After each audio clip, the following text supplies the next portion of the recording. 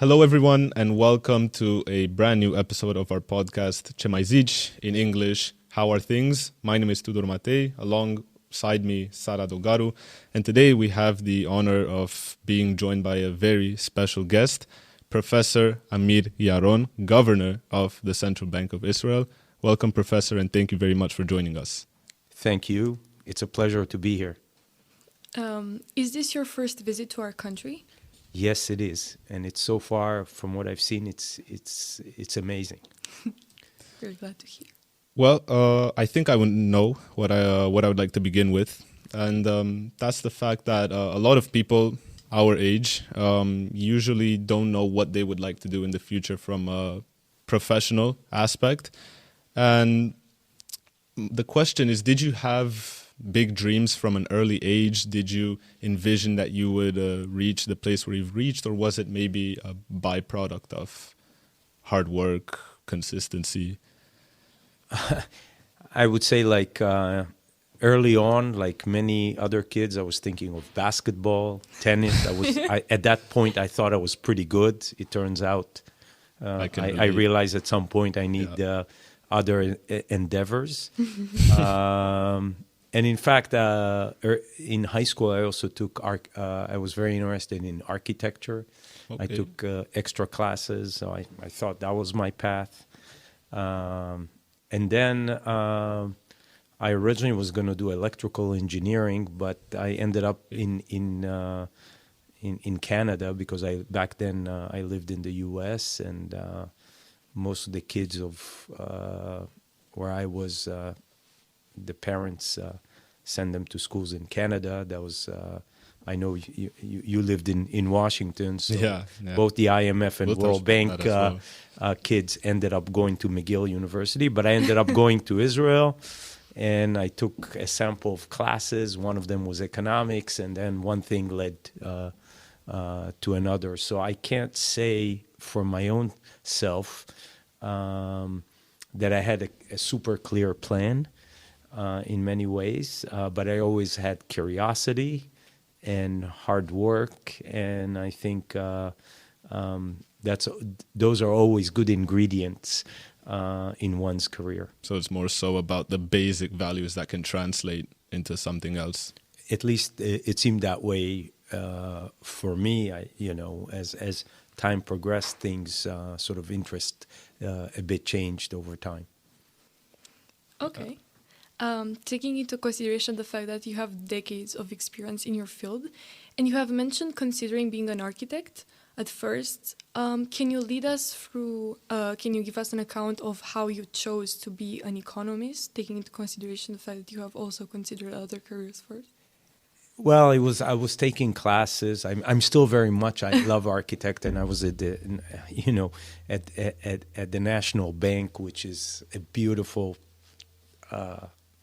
palace, and I took the classes, but somehow it wasn't what I imagined. And as I mentioned, at some point I was thinking more of electrical engineering, but I ended up going back to Israel because I knew there was a military service. I sampled a bunch of classes, took economics, and got interested in that. So I would say that having, as I mentioned, having the curiosity, keeping an open mind, having good foundational skills. If I was advised kids today, knowing English, knowing math, those lead to a lot of opportunities, whether you go to the humanities, whether you go into STEM, those are always good ingredients. Yeah. And you touched upon living abroad before. And we know that your father was an economist and you moved to the United States, I believe, with his appointment to the World Bank. How was that influential on your professional, but also, I imagine, personal life? So, first of all, I think there are many intangibles throughout my life, just seeing the world, not to mention knowing language English and different cultures, I think helped me a lot throughout the years. You ask about, moving to a different country in your teenage years can be both challenging as well as an eye-opener. And I think there were both. There are different cultures. High school is different. At the beginning, I had to learn the language and much faster. But overall, I think that experience, has made me a much better person. Well, I'm glad you went into detail about that, because there's actually a parallel between the two of us that I wanted to touch upon, and that was that I had a similar experience. I moved to the U.S. in 2012 because of my father's appointment at the IMF, and I admit I struggled at the beginning. So I was wondering whether, you did mention you had some struggles, but how did you tackle them? How was that experience for you? First of all, I'm a lot older than you, so the memory kind of fades away. B, I think basically, part of it was just the beginning language. I was always a good student, but I demanded of myself to be also a good student in the new, what was relatively not my mother tongue, and then there are other things like just different cultures in terms of what does it mean to hang around in high school and things like that. The social scene is quite different. I left Israel. I was the president of the student body, so I in my middle school, and so it was a change. But since I was pretty good at sports is always a good makes good friends. That's the U.S. loves sports, so yes. I had.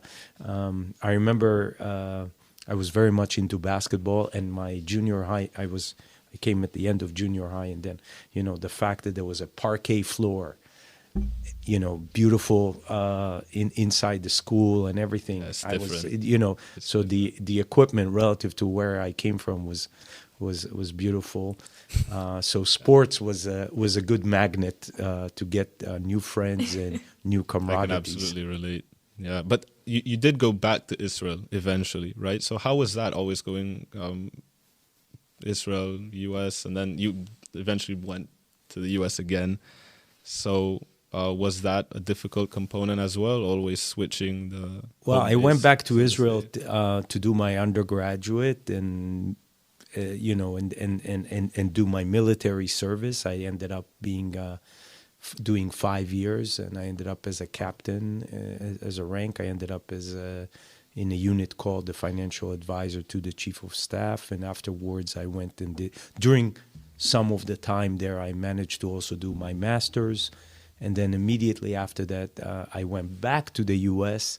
and did my PhD. And after that, I stayed in academic career in the U.S., but I always kept very close ties with Israel. I was involved in startups, in the universities there, et cetera, et cetera.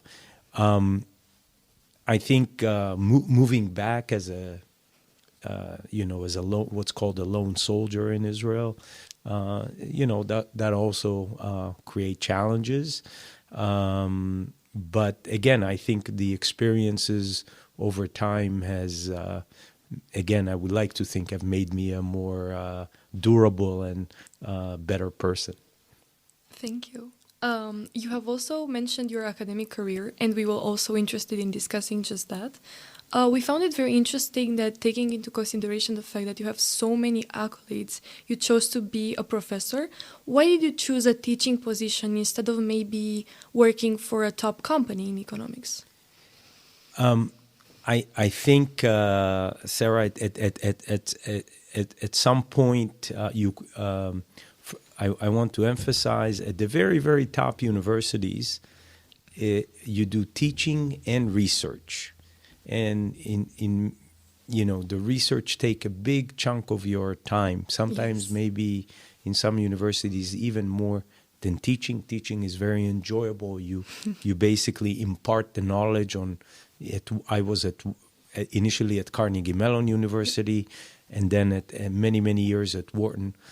Both universities have absolutely excellent students that many of them have gone to many good professional jobs, and some of my PhD students have gone to also excellent academic jobs. So part of it is, as you do your PhD, you are very much interested, at least I was very much interested in continuing the research career, and obviously academia is one of the key places to do that. In parallel, while you're at the university, you can do consulting, you could do other things that are, whether it's in central bank, whether it's in the IMF, or whether it's even in private companies. But the focus when you're in a university is really the research and teaching, and I was kind of interested in both when I left the University of Chicago after my PhD. Well, we spoke about the past, so I'm going to shift a bit towards the present. All right. So you've been governor of the Bank of Israel for almost 6 years. I was curious how you see the job. Is it a vocation, maybe a mission? And how do you reflect from being an aspiring economist to reaching such a position? The job has huge responsibility. The governor of the Central Bank of Israel is in many ways very unique. All central banks do monetary policy, and for those what that means is raising or lowering the interest rate of the central bank, or maybe some other decisions. There's something called QE, which you buy. You may purchase bonds or assets. That's the monetary hat of a central bank. All central banks do that.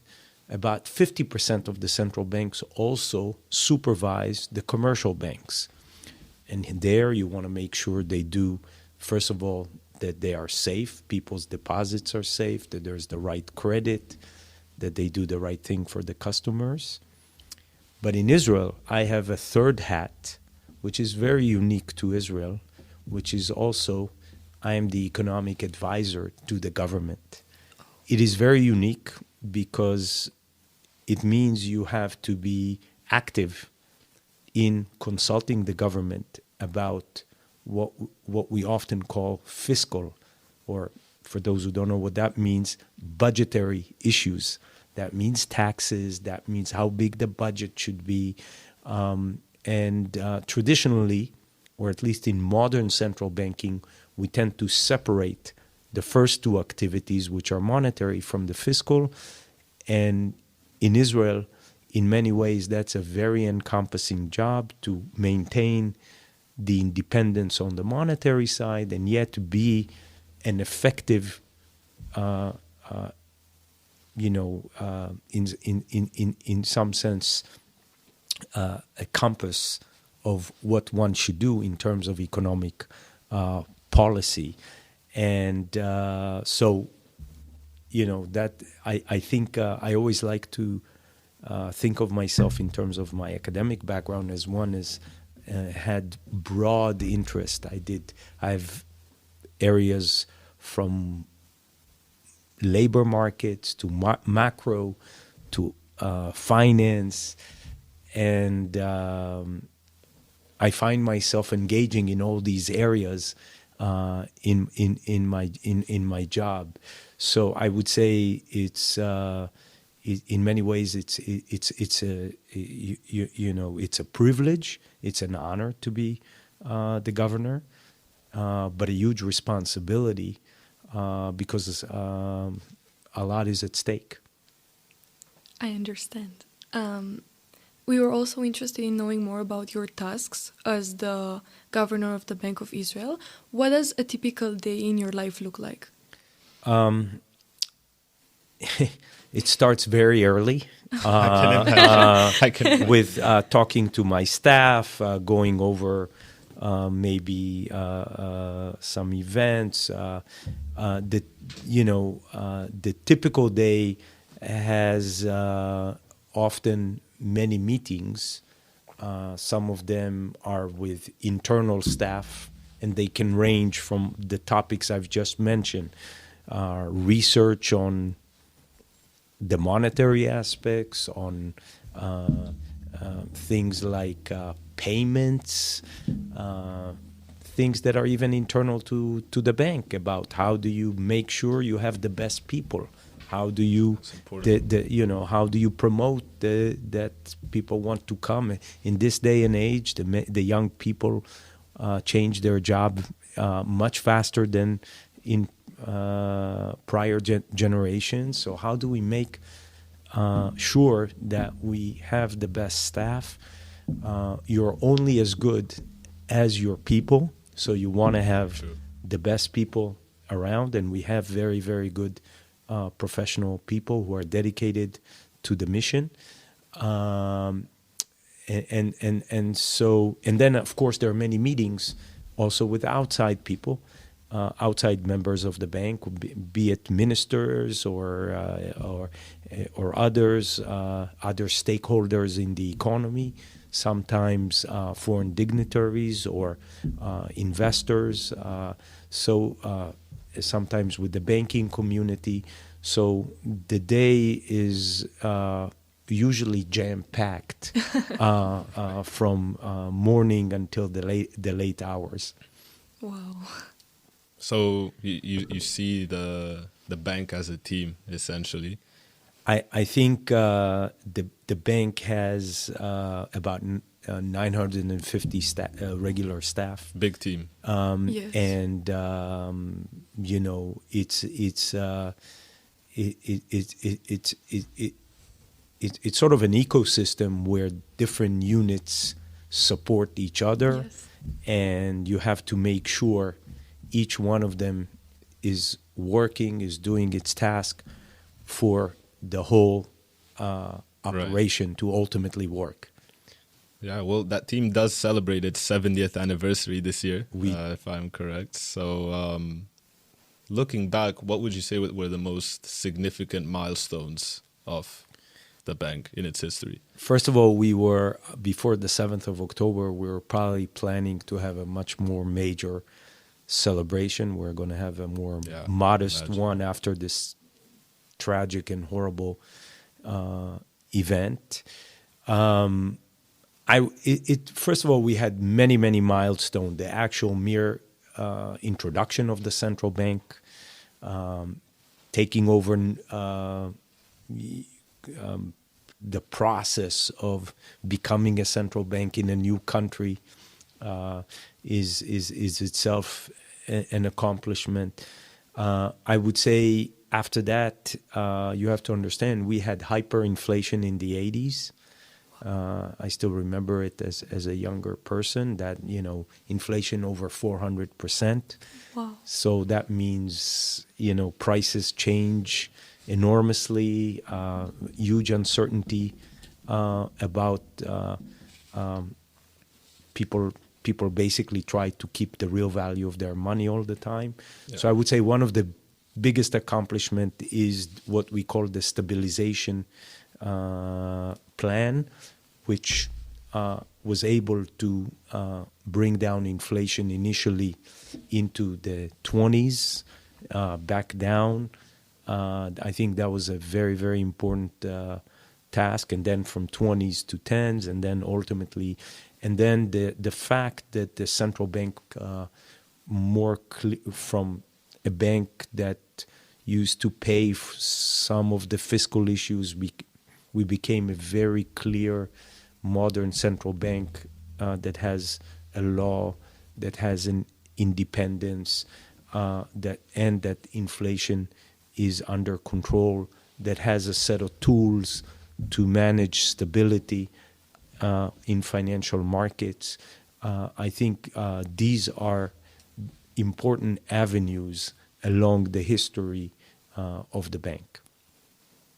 And I'm sure there are many more, but it's hard. But you know, so it's very hard to narrow it Hard to just a encompass few. 70 But years I think Yeah. these are just some important examples. Okay. You have mentioned inflation and also the current war that is going on in Israel. And we were interested in knowing more about how this situation has affected Israel's economy in terms of inflation, employment, and investor interest, maybe? All right. So it's an excellent question. And I just gave a little mini Overview. kind of I don't want to call it a seminar, but if, in the National Bank of Romania. But the upshot of it is that we entered the war in a very strong situation. Israel contracted very little in COVID and grew immensely afterwards, like over 9% and over 6% in 21-22. We were going to grow like 3.5 to 3.7 in 23. We had all-time low unemployment. We had very little debt to GDP. After we've used some of the government spending in COVID, we managed to bring debt back down. And inflation in Israel was among the lowest in the OECD. It did peak up to 5.4 in January 23. And then afterwards, it started to decline. It was in around 3.3 before the war. That's impressive. And was expected to go into about 2.5 in the first quarter of 24. So in the language of governors, Israel was relatively in very, very good situation, and we were sort of, I would call it, on a super soft landing in the terminology of governors. October 7th is obviously, as I said, is a horrible, tragic day, which hugely affected the economy. Now, what happened is that in the first 3 months, when the war was still very, very intense, Israel, there are many cities, at least in the first month, in which the school system was closed. People had to go to reserve. It was very intense. So the economy contracted, and it contracted almost 20%, 21% in one quarter on an annualized basis. But then Israel has a very strong history in terms of bouncing back after security events. True, yeah. And in the quarter, beginning in January 24, so first of all, inflation indeed dropped initially, and also the economy bounced back by 17%. Wow. But then as the war continued into Q2, we found ourselves with a lot of limits to how much more it can grow, partly because there are a lot of what we call supply shocks. Some of you may have heard those words in the context of COVID. Well, in Israel, first of all, many workers, some of them are, for example, in the construction industry, a third of the workers are Palestinians. They are right now are not coming into Israel. So that means that industry is operating at about 80% capacity. That's very, very important. That is also true in agriculture. It is true in many other areas. Obviously, also some materials have become more expensive, as, for example, some things are more difficult to bring from some countries. For example, flights. Not all airlines are coming in, so flights are very, very expensive. You add all these things up, and what happened is, from a situation in which we had inflation of about 2.5%, in early 24. We are now at an inflation of 3.6, so inflation is higher, and we expect it to continue to go into, at least into the fours in the beginning of 2024, maybe in the first quarter and second quarter, partly because it will take time for all these things to get undone, even if the war ends at the end of this year or early next year. We also added, as part of the way the government is trying to deal with the extra cost, a VAT tax that's of 1%. That also adds to higher prices. You put all these things together, we have a higher inflation environment. It's going to go a little bit higher in the next couple of quarters, but it looks like that under a scenario in which the war really ends by the end of 2024, early 2025, by the end of 25, it is supposed to go back down towards the 3%. Again, to remind you, the central bank's target is between 1% and 3%. So for us, that's very important. That's at least what people are thinking. But it's a challenge because we're working under huge uncertainty, and these shocks are very large. As I said, for example, when geopolitics events become more measurable, certain airlines don't come. We're left with the Israeli national airline, and prices skyrockets. The housing market, which I mentioned, there's less workers, less housing, house prices go up.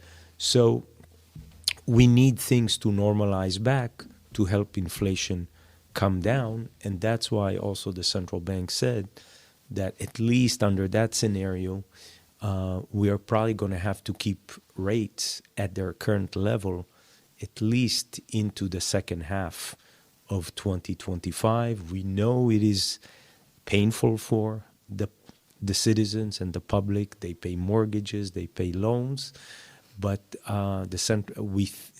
it is important to understand that we think that is pain that is important to make sure that inflation doesn't become higher and indeed comes down in order not to have more pain in the future. And in these very difficult times, how has the central bank helped the Israeli citizens? I think first and foremost, I think we're viewed as a very responsible anchoring point in the economy. We did a couple of specific things. First of all, on October 7th, I had to decide whether things open up. In Sunday is a working day in Israel, whether the banks are open, the stock exchange is open. And you have to understand at the eve of October 7th, we still didn't know everything. And so we decided to open it, and I think that was an important signal of continuity. On Monday, the foreign exchange market opens. We knew our currency is going to take some kind of a hit, and pre-market, we decided to use some of our large reserves, and we preempted it by a plan that is, we said we're going to sell up to $30 billion and provide up to $15 billion of swap markets. Anyway, the main point for those who are not in the technical business, it allowed the markets to function. It helped stabilize the markets in a time of peak uncertainty, peak crisis. And if there is one lesson that we've learned that central banks you want to try to avoid is a crisis can become an economic crisis. You don't want it to become a financial crisis.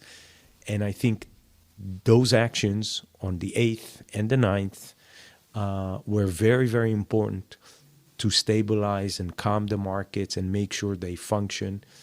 So that was the first 2 days.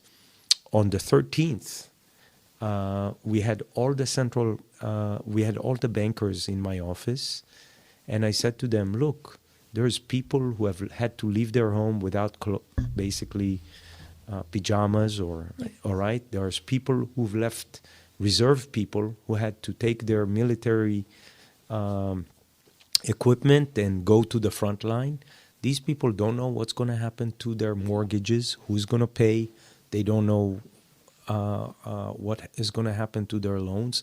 And I'm glad to say we managed to come up with a unified plan where all the banks defer all the payments, initially for 3 months. We thought 3 months was a long enough time then, for all the reserves, all the people around Gaza, and on mortgages, consumer loans, small, medium enterprises. So that gave them first of all, some certainty. Yes. And gave them some time. It's like a very targeted credit that we've given. Since then, some of the banks have forgiven, some have completely not only deferred it, but have basically forgave those payments. But more importantly, we've extended this program 3 more times, and also have included the people who have been evacuated from the north. Yes. So those are specific things that we've done that at least the relevant citizens can immediately see. But also we've been very active under the third hat that I mentioned, very active in the consultation of the government and the Ministry of Finance about how to manage the 2024 budget. And now we are going into discussion of the 2025 budget. You have to understand, such a long war costs has huge expenses, unfortunately, and you have to finance them. Israel has to show that. I mentioned that Israel has had a good history of showing it's fiscally responsible, and we need to continue to do that. And we're engaged with the Ministry of Finance of doing the right, the appropriate fiscal adjustments so that they will offset some of the extra expenses that we've seen from the war. It's a non-trivial task because fiscal adjustment is a little bit of a benign word for either cuts or raising taxes, and that goes. Right. People feel that, and so first of all, you need to make we need to do that in order to ensure that our debt doesn't continue to increase, but actually, even if it rises, it rises, stabilize, and come.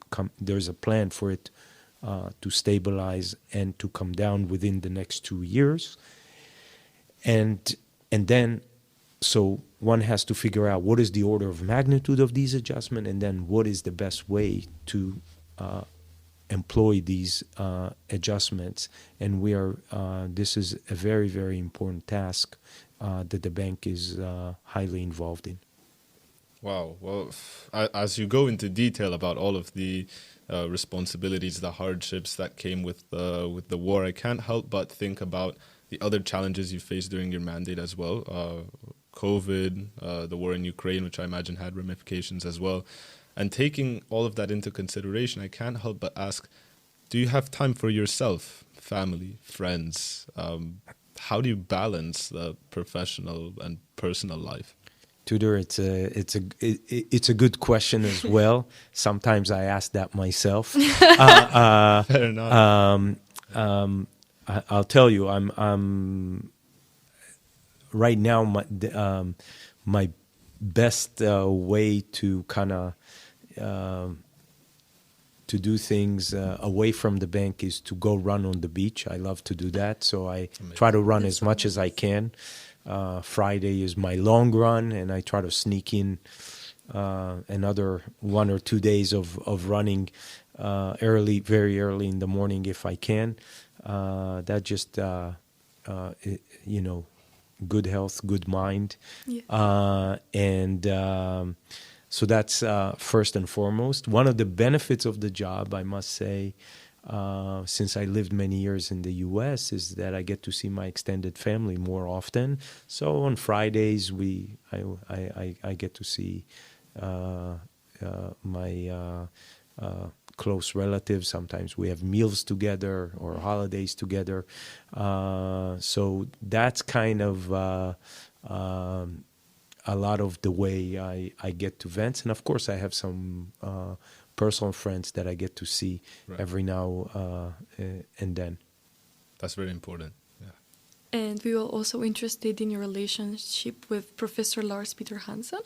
We know that he's a Nobel Prize laureate in economics, and we also know that he was your mentor. How has this impacted your career, and do you think that it's necessary to have a very good mentor in life in order to succeed? So first of all, I'll say I had formally 3 advisors. All of them won the Nobel. Wow. Lars was my main advisor. There was Tom Sargent, who I also won, I think, the Nobel in 2011, and Bob Lucas, who passed away not too long ago, and he was very, very famous and won the Nobel. I forget in what year. So I was fortunate enough to have all 3, but Lars was my main advisor, and I learned many things about him, many things from him, and again, I think both how to be engaged in many areas of interest. How to be methodical in research. That's very important. And Lars has worked a lot on uncertainty, and uncertainty is in many ways the name of the game on many things that I've found myself encountering, and so in that sense, these are not literally specific things, but the general engagement in that area and thinking about what you know and what you don't know that you don't know has been a very important background knowledge in moving towards the governorship. And so I think I always think that a lot of the things that I've received directly from Lars, which is technical and specific theories and tools, actually a lot of the bigger things are what I call intangible capital, which is kind of how to think of many many things, and approach things and try to check on things in many different directions, and perhaps not be overly dogmatic about one particular way of thinking, at least not a priori. That's interesting. And to build on the theme of advice, what advice would you give to teenagers, maybe people our age, about long-term financial planning? I think that's a term we hear a lot nowadays, but something that a lot of people don't understand really how to approach. I think Tudor, you touched upon a very important issue, which is we also see it in Israel, that financial literacy and education is really something that is lacking. And we try to improve on that in the Bank of Israel. Obviously, it's an important task, and I think people need to understand the basics of savings. The fact that there are consumers, they have also opportunities. If one bank doesn't give them a good deposit, they could defer and go to others. There are other markets to invest. There are also different ways, if you need credit, to get credit, and how to be the concept of compounded interest. If you get into debt, if you don't resolve it, interest starts accumulating. So there's a virtue of not taking more debt than you really need or can afford. Understanding if you buy a house, mortgage is for many people the most important wealth component. A house is their most important wealth, at least initially. They need to understand that's a big undertaking, and mortgages can be complicated. They need to understand all these things. So I think, in some jurisdictions, there's actually formal education of financial literacy. Some places people need to study that through either books or other podcasts or other forms of media. But it's certainly that it's certainly there's, like many things, I call it the rule of 80-20. You can get 80% of a lot of the sophistication and what you need to know in relatively not a huge investment, but you need to put it down, okay? It doesn't mean you're going to be a Wall Street trader, but you can at least know what you need to know, and you should invest in at least learning that. So that's just in terms of the finance of things. I think more generally as an advice, and first of all, the school is super impressive. Thank you. The different clubs and different accomplishment that I've seen. And so I think clearly technology is changing a lot of things. AI, it's not clear yet how it will affect the future job and labor market. True. And so my basic advice is to have at least in high school, have very good basic skills. And that means languages and math. Those will allow you to be agile and move into different careers as one, you may discover that you really want down the road, and two, as the marketplace will change over time. And as I mentioned, general curiosity is super important. It makes studying more interesting. It's not a chore. It's a fun. Yeah. Well, yeah, I mean, curiosity is important. I think there's a lot of people who are curious in the domain of economics, but I believe they might still be unsure as to whether it's what's right for them. So as one more piece of advice, what would you say to those young people who are unsure? Would you recommend economics? I think economics is a wonderful field. And economics can sometimes mean it can lead to central banking. It can lead to just working in the private sector and in various economic and managerial tasks. I think depending on where you go, sometimes if it's linked with law, it leads to one thing. If it leads with computer science, it can lead to another area. I would say in general, again, I find that especially if you want to do advanced studies in economics, math serves one very, very well. But at the end, economics is about people. It's about social science. True. Too. And you have to understand, you have to think about those phenomena. And the other big thing that is happening with big data is that we have a lot more data than we used to.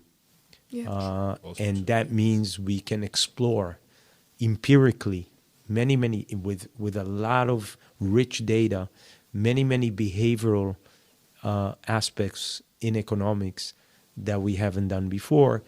And that means that understanding statistics and data is also very important for people who do economics. But I would say it's not a recommendation necessarily to be an economist. Economics is a very broad field, as I say. It is. It can. There's parts of it that are very mathematical. There's part of it that is, are more almost on the side of accounting. There's side that's more can lead to managerial, and there's side of it that are more very data intensive. So it can be a subject matter that attracts many people, and I would say at this point, at your age, you should keep your option and interest open. Thank you so much for answering our questions. We have a tradition here at Laude. Each guest for our podcast is welcome to sign or to even leave a message into our notebook, and Tudor will give you the book. Yes. All right. Let me open it up here. What was this one? Yes, so any message maybe that you find appropriate is more than appreciated. Tudor, I hope I'm spelling your name right.